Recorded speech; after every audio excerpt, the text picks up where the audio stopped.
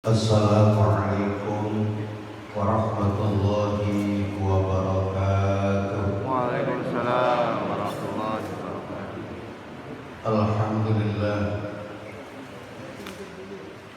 alhamdulillahilladzi arsala rasulahu bil huda wa dinil haqq liyudhhirahu 'alad dini kullihi walau karihal musyrikun.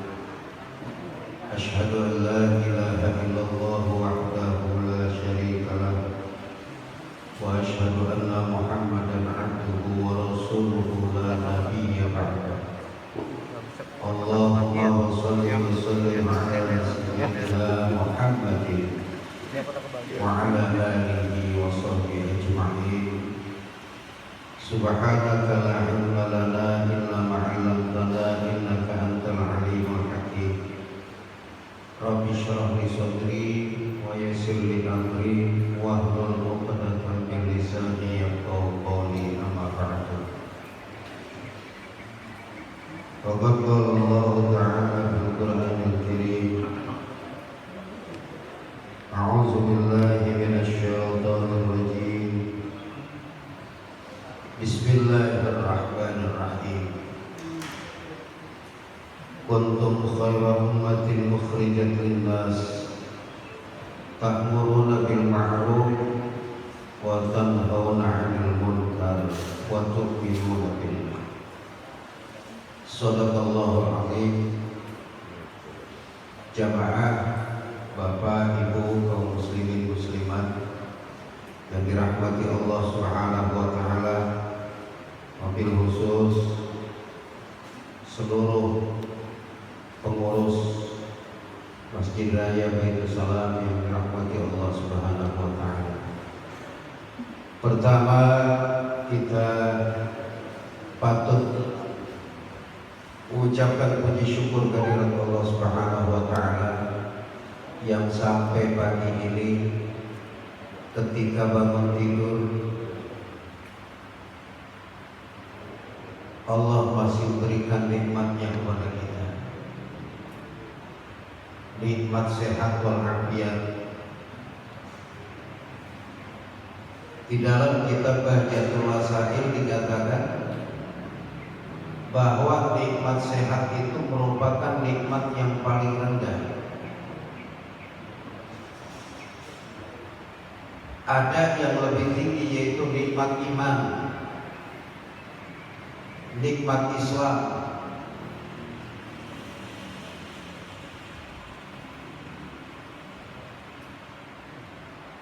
Tetapi ketika nikmat sehat ini Allah cabut saja sedikit dari diri kita, betapa sengsaranya kita. Yang biasa kita bangun tidur alhamdulillah, kita mengucap alhamdulillahilladzi ahyana ba'dama amatana wa ilaihi nusyur. Mulut kita terkunci, gak bisa mengucap itu lagi. Berapa banyak orang yang kita ketika bangun subuh sudah gak bangun lagi. Tapi alhamdulillah Allah berikan nikmat pada kita sehingga kita bangun tidur alhamdulillah dalam keadaan sehat. Kata Nabi kita Muhammad sallallahu alaihi wasallam, ketika seseorang bangun tidur dalam keadaan sehat,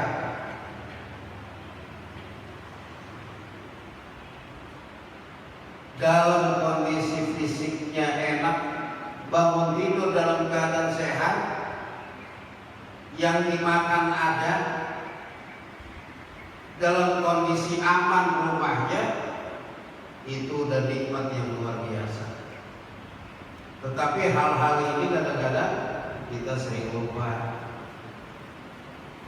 Dua nikmat yang orang sering lupain, nikmat sehat sama waktu luang. Ini kalau tahu betapa nikmatnya pahala orang yang sholat subuh berjamaah, masya Allah, nggak muat di masjid. Benar. nggak muat di masjid. Kenapa? Tahu tuh pahalanya luar biasa. Orang yang melaksanakan sholat subuh berjamaah itu setengah hari melaksanakan ibadah, masya Allah. Tapi karena banyak yang datang, itulah salah satu dari banyak keistimewaan kita menjadi umatnya Rasulullah Sallallahu Alaihi Wasallam. Ma'asyiral muslimin jamaah yang dirahmati Allah Subhanahu wa taala. Yang kedua, kita bersolawat kepada Nabi Muhammad Sallallahu Alaihi Wasallam dengan ucapan Allahumma sholli wa sallim wa barik alaihi, beserta para sahabat, keluarganya, pengikutnya yang setia hingga akhir zaman. Ma'asyiral hadirin jamaah yang dirahmati Allah, beruntung kita, dan salah satu nikmat terbesar yang Allah berikan kepada kita, diutusnya Nabi kita Muhammad Sallallahu Alaihi Wasallam. Ini nikmat yang luar biasa. Diutusnya Rasulullah Muhammad Sallallahu Alaihi Wasallam sebagai Nabi penutup yang terakhir, yang sudah tidak ada nabi-nabi lagi, sudah nggak ada rasul-rasul lagi, dan kita ada di bagian umatnya Rasulullah Sallallahu Alaihi Wasallam. Seorang manusia yang mulia, yang dimuliakan oleh Yang Maha Mulia,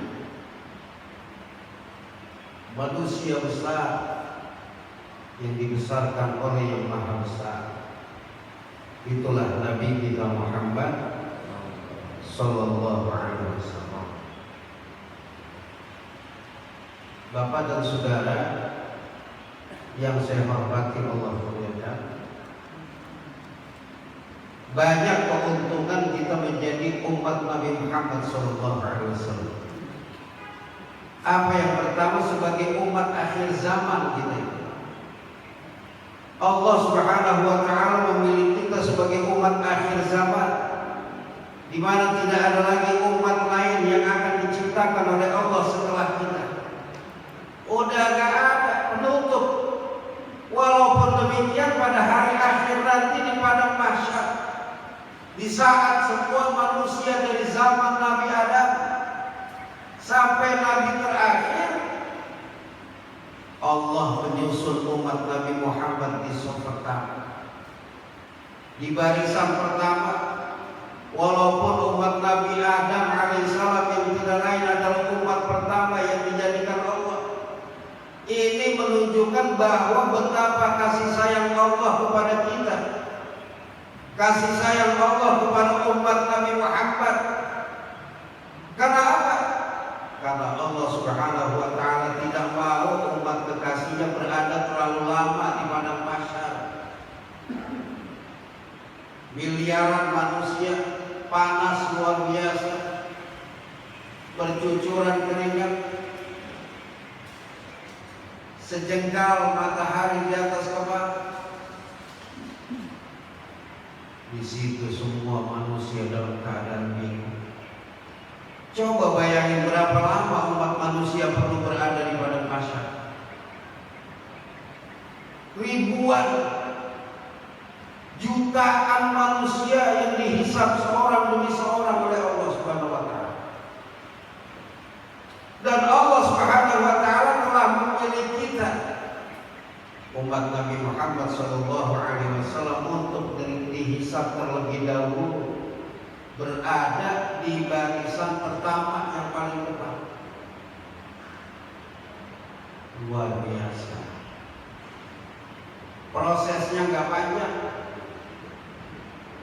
Kenapa Allah tahu nih umatnya Rasulullah Sallallahu Alaihi Wasallam umurnya pendek-pendek, sabain wasitin, 60-70 umat Nabi Muhammad.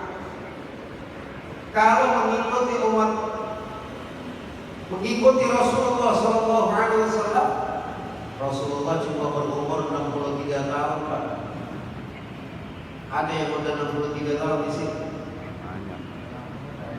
Pak Jamil udah 70. Banyak. Kalau yang sekarang mengikuti umur Nabi kita Muhammad sallallahu alaihi wasallam 63 tahun. Kalau ada yang udah 65 tahun, itu udah Allah berikan kelebihan 2 tahun. Makanya apa, makanan yang enak makan aja. Sampai 60, 70 umur umat Nabi Muhammad. Cepat betul Bapak. Tetapi kemuliaan yang Allah berikan kepada kita umatnya Rasulullah nanti di padang mahsyar diperiksa paling depan. Enggak pakai repot-repot. Tapi umat-umat terdahulu lama prosesnya. Umat Nabi Nuh 1000 kurang 50 panjang prosesnya. Tapi umatnya Rasulullah udah cepat. Tuh keuntungannya kita menjadi umatnya Nabi kita Muhammad sallallahu alaihi wasallam. Itu yang pertama. Kemudian apa yang kedua? Keuntungan kita menjadi umatnya Rasulullah sallallahu alaihi wasallam, pahala Allah berikan berlipat ganda kepada kita. Segala kebaikan yang dilakukan oleh umat Nabi Muhammad sallallahu alaihi wasallam dibalas dengan berlipat ganda. Satu amalan dibalas dengan 10 kebajikan. Jadi kalau tadi kita sholat subuh berjamaah, maka pahala yang kita dapatkan 27 derajat. Alhamdulillah.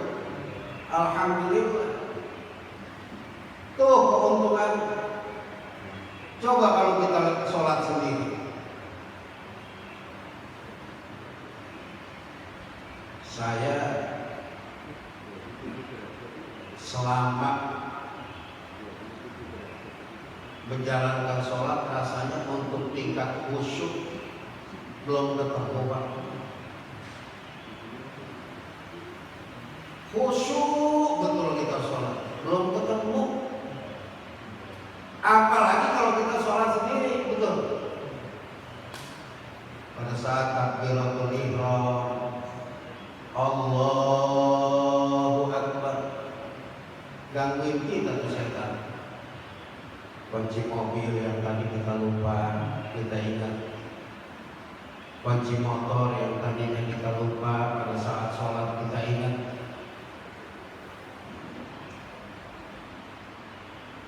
Ibu-ibu yang lagi masak, kompor belum dimatiin, ingat pada saat sholat. Setrikaan belum dicabut, ingat waktu sholat.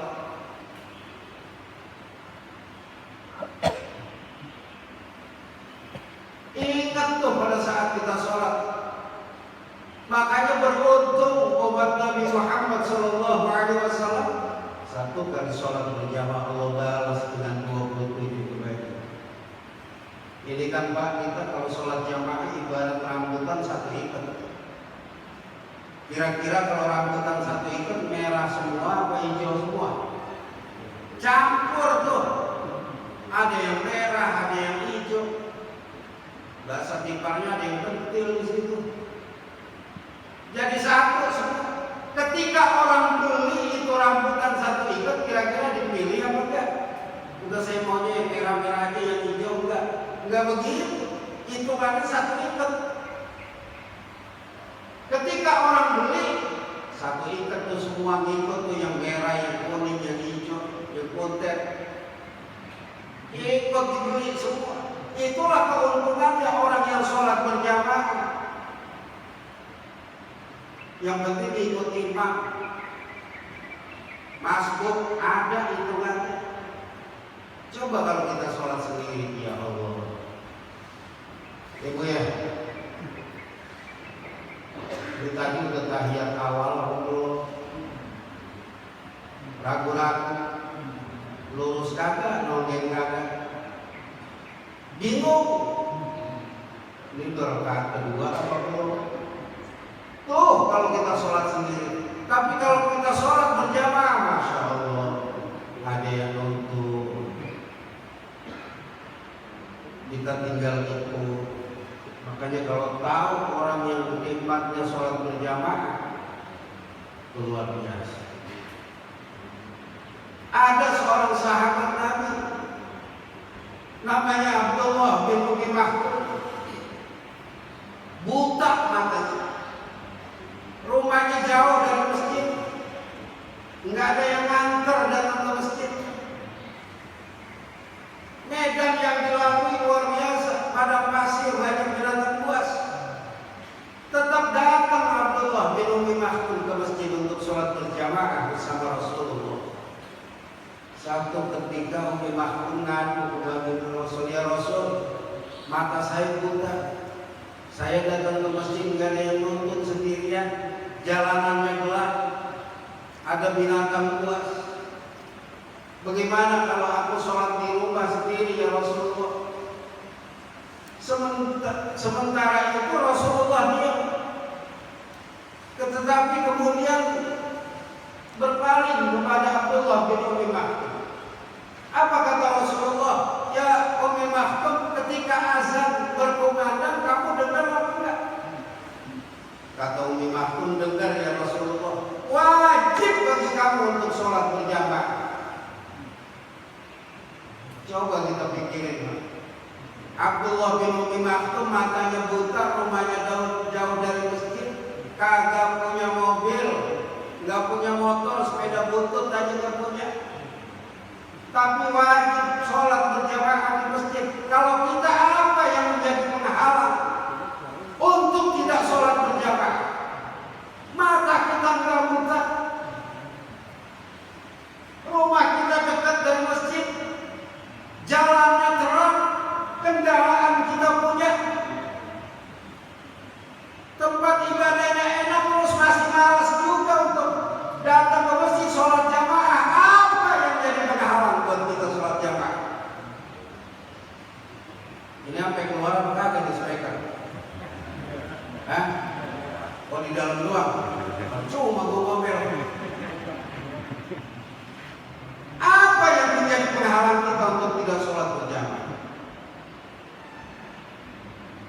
Buta enggak, sehat, kendaraan kita punya, jalanannya tenang, kondisinya aman, nggak ada binatang buas, tempat ibadahnya cakep luar biasa, fasilitasnya penuh, mau dingin mau hangat ada.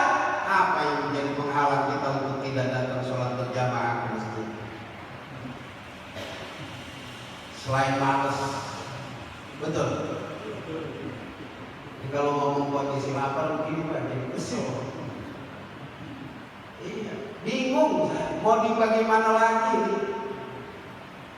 Padahal luar biasa kalau seandainya sholat subuh itu seperti sholat Jumat, Masya Allah. Betul. RW 10 ada berapa RT? 10. 10 RT. Satu RT berapa kepala keluarga? 80. Ada 150. 100 kepala keluarga kali 10 udah berapa kali? 1000. Hah? 1000. Kira-kira penuh nggak ini masjid mau sholat jamaah? Bel. Masya Allah. Ini kan yang datang semua muka-muka pensiun semua. Iya.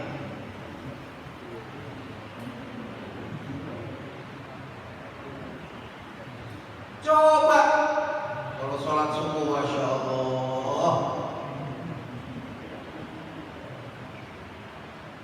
sampai ada pengurus masjid bilang ke saya, bagaimana caranya Pak Ustaz supaya sholat subuh banyak, bagi-bagi duit kali. Iya, setiap keluar masuk kasih. Padahal pahala yang kita dapat lebih dari itu. Beruntung kita menjadi umatnya Nabi kita Muhammad SAW. Setiap ibadah yang kita lakukan dilipat gandakan pahalanya oleh Allah.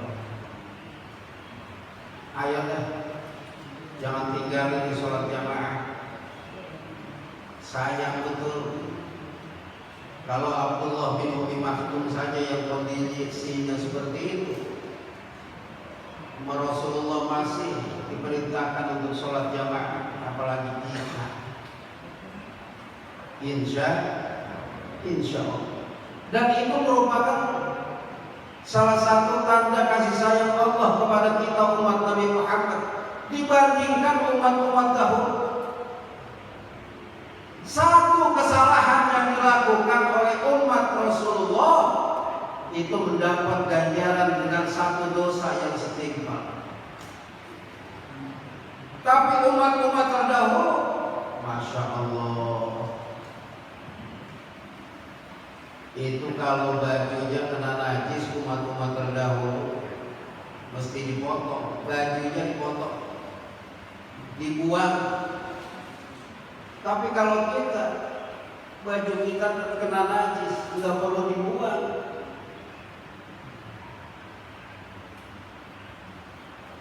Kalau umat-umat dahulu dibuang. Bahkan, coba lihat, di zaman Nabi Allah Musa alaihissalam itu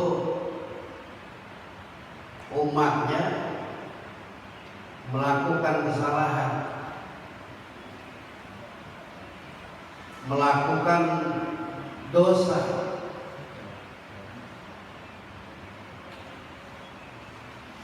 Itu ketika dia bertobat harus bunuh diri dulu, Pak. Tobatnya diterima dengan cara apa? Bunuh diri dulu.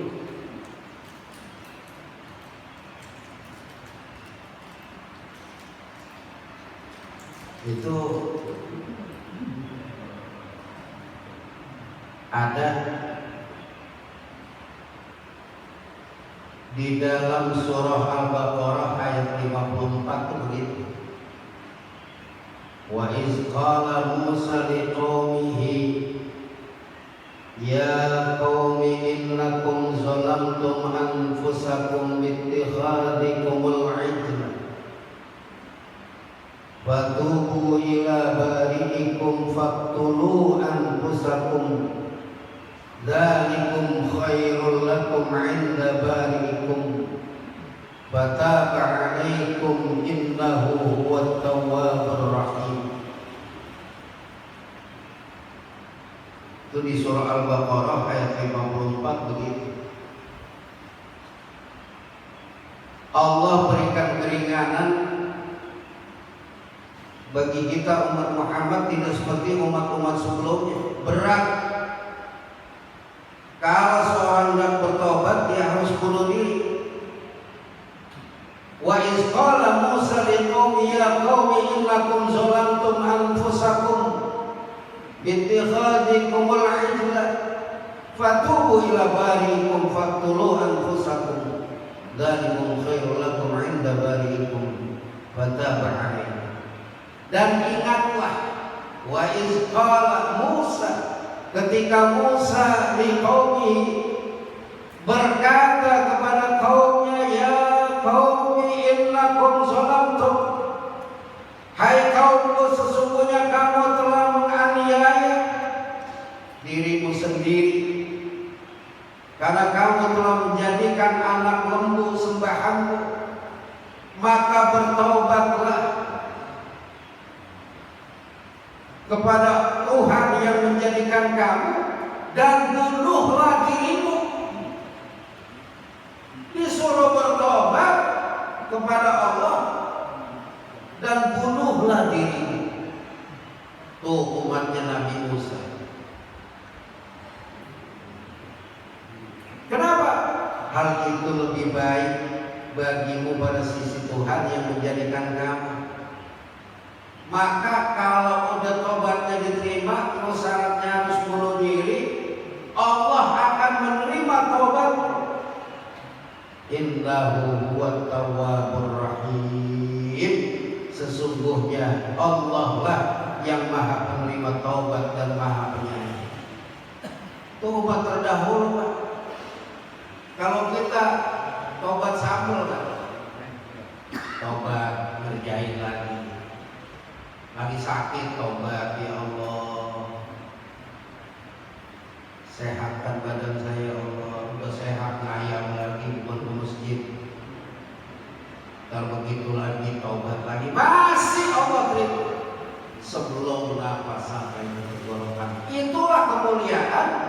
kita menjadi umatnya Nabi kita Muhammad Sallallahu Alaihi Wasallam, maka beruntung betul kita menjadi umatnya Nabi kita Muhammad Sallallahu Alaihi Wasallam. Udah nanti pemeriksaan yang paling cepat, pahalanya berlipat ganda, dan ini yang didapat oleh umat-umatnya lain. Apa keuntungan kita sebagai umatnya Rasulullah? Mendapat syafaat dari Nabi kita Muhammad Sallallahu Alaihi Wasallam. Dan itu satu-satunya Nabi yang dapat memberikan syafaat, mendapat pertolongan untuk umatnya di akhir zaman. Sedangkan umat-umat terdahulu sebelum Nabi Muhammad tidak punya pembela sebagaimana umatnya Nabi kita Muhammad Sallallahu Alaihi Wasallam. Dan keistimewaan itu merupakan kasih sayang. Kasih sayang Allah terhadap umatnya Nabi Muhammad. Maka itu di bulan Rabiul Awal ini banyakkan kita berzikir bersolawat untuk Nabi Muhammad Sallallahu Alaihi Wasallam sebagai kecintaan kita kepada beliau. Innallaha wa malaikatahu yusholluna 'alan nabi ya ayyuhalladzina amanu shollu 'alaihi wa sallimu taslima. Banyak berzikir, banyak bersolawat di bulan Rabiul Awal ini. Kita harus senang, kita harus gembira menyambut kelahiran Nabi Muhammad Sallallahu Alaihi Wasallam di bulan Rabiul Awal yang kita cintai. Karena Nabi Muhammad Sallallahu Alaihi Wasallam itu beliau bersabda, apa kata Rasulullah? Aku adalah pemimpin anak Adam pada hari kiamat. Ini menunjukkan sebuah pernyataan yang menunjukkan kepemimpinan beliau, bukan kesombongan. Kepemimpinan beliau kepada semua manusia sebagai bentuk nikmat Allah Subhanahu wa taala dan kemuliaan yang diberikan kepadanya, bukan bentuk kesombongan. Sebagaimana Allah berfirman, wa amma bi ni'mati rabbika fahaddits. Dan terhadap nikmat Tuhanmu hendaklah kau nyatakan dengan bersyukur kepada-Nya. Tuh, dalam surah Ad-Duha kan begitu. Jadi Rasulullah Nabi Muhammad SAW itu pemimpin semua manusia di dunia dan akhirat. Semua manusia mengakui kepemimpinan dan keutamaannya, baik manusia yang beriman maupun manusia yang durhaka, baik manusia yang bahagia maupun manusia yang celaka. Sementara itu di dunia itu tidak semua manusia mengakui kepemimpinannya kecuali manusia yang beriman kepada Allah dan Rasul. Oleh karena itu di bulan Rabiul Awal ini kita banyak bersolawat kepada Rasulullah Sallallahu Alaihi Wasallam. Sabda beliau, man shalla alayya salatan sallallahu alaihi biha asyra, yang artinya barang siapa bersolawat kepadaku satu kali, barang siapa yang bersolawat kepadaku satu kali, maka Allah akan bersolawat untuknya 10 kali. Ini hadis riwayat Muslim, Ibnu Daud, Tirmizi dan Nasai. Jadi kalau kita baca solawat kepada Rasulullah satu kali, Allah balas 10 kali. Alhamdulillah. Masih banyak keutamaan menjadi umatnya Nabi Muhammad SAW. Namun 2 hal ini saja, mudah-mudahan 3 hal ini semakin menambah semangat kita untuk ibadah, semakin menambah semangat kita untuk lebih mencintai Nabi Muhammad SAW, sehingga kita menjalankan apa yang diperintah, apa yang menjadi sunnah-sunnahnya, senantiasa kita selalu jaga, kita pelihara insya Allah. Jamaah yang dirahmati Allah Subhanahu wa taala, ya, oleh karena itu bersyukur kita kepada Allah dijadikan sebagai umatnya Rasulullah sallallahu alaihi wasallam. Bersyukur kepada Allah, betapa luar biasanya. Ya, termasuk kita menjadi umatnya Rasulullah, Allah tangguhkan siksaan kita di dunia. Umat Nabi Muhammad itu tidak akan disiksa oleh Allah sampai hari akhirat kelak. Kenapa? Karena Nabi Muhammad SAW mohon kepada Allah supaya diberikan peluang kepada umatnya agar bisa bertobat kepada Allah terhadap kesalahan-kesalahan yang dilakukan di dunia. Kalau umat-umat terdahulu berbuat salah, berbuat dosa, langsung azab.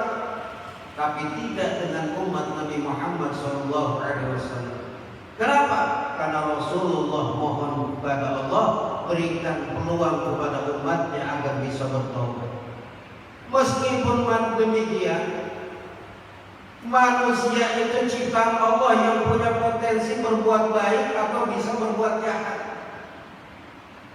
Bisa taat, bisa durhaka. Setiap orang pernah berbuat dosa kecuali yang dijaga Allah.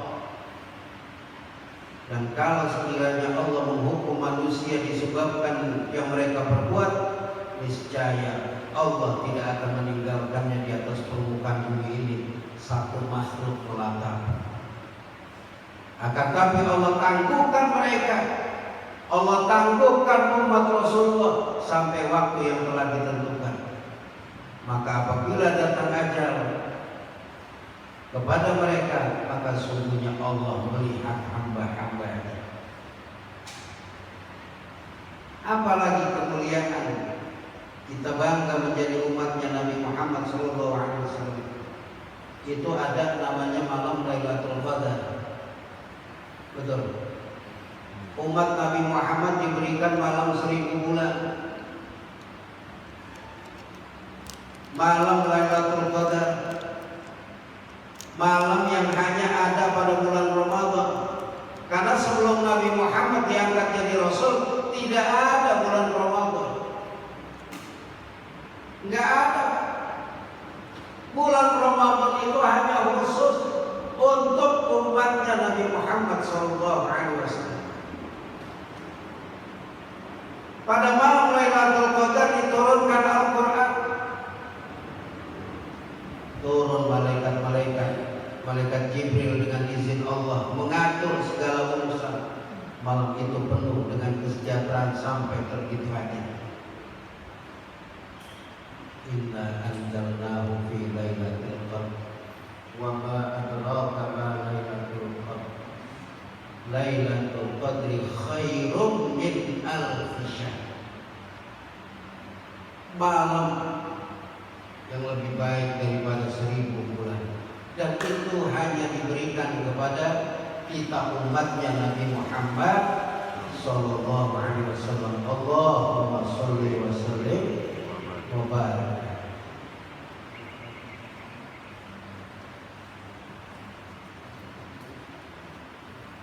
Itu sampai Nabi Musa aja, Pak, kepengen jadi umatnya Nabi Muhammad.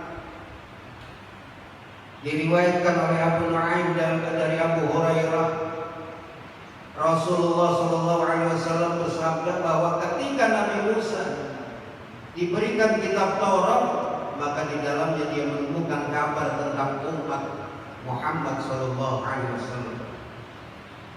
Kemudian Nabi Musa bertanya kepada Allah, ya Rabb, ya Tuhanku, aku menemukan dalam lembaran-lembaran Taurat berita tentang umat yang disebut sebagai umat yang paling akhir dan umat yang paling terdepan, maka jadikan mereka sebagai umatku ya Allah.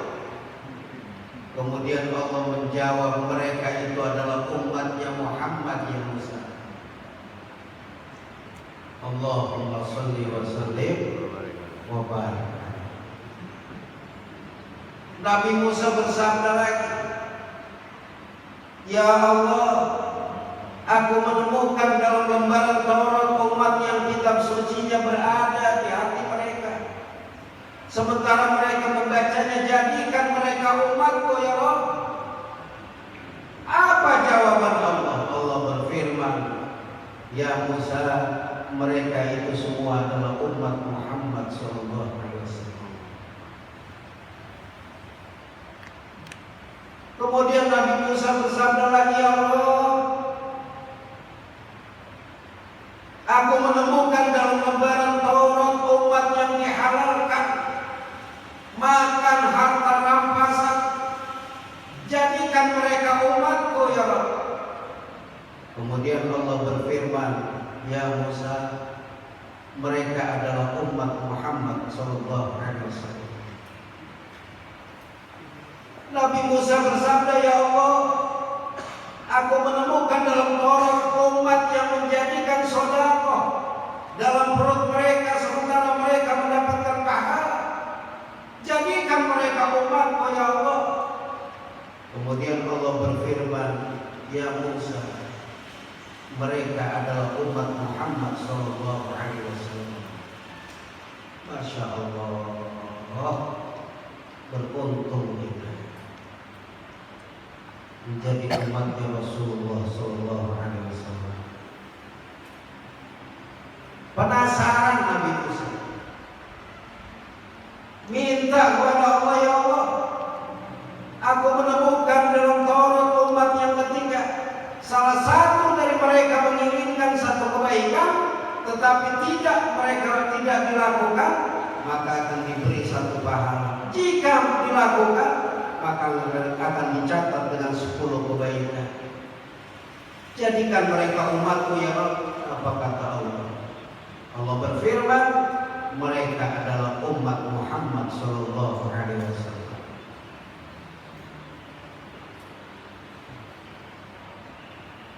Penasaran Nabi Musa tanya lagi, minta pada Allah, "Ya Rabb, aku menemukan dalam lembaran Taurat umat yang diberi ilmu yang pertama dan ilmu yang terakhir, lalu mereka nanti memerangi Dajjal.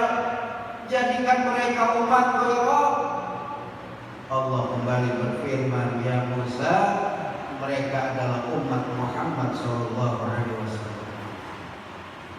Kemudian Nabi Musa bersabda, "Ya Allah, jadikan aku sebagai umat Muhammad. Jika demikian, maka aku telah diberi keberkahan." Apa Allah berfirman? "Wahai Musa, sesungguhnya aku telah memilihmu di atas manusia dengan risalah dan kalam. Maka ambillah apa yang telah aku beri dan jadikan engkau dari golongan orang-orang yang bersyukur." Apa kata Nabi Musa? "Ya Allah, aku ridho wahai Tuhan." Tuh, Nabi Musa kepengen jadi umatnya Rasulullah. Maka kita harus bangga, bersyukur kepada Allah menjadi umatnya Nabi Muhammad sallallahu alaihi wasallam. Hadirin ma'asyiral muslimin, jamaah yang dirahmati Allah Subhanahu wa taala.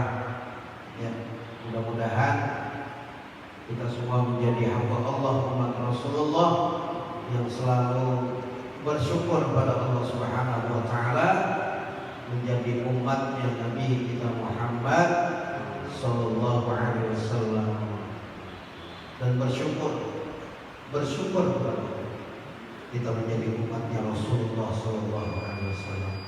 Nah, mudah-mudahan yang singkat ini ada manfaatnya.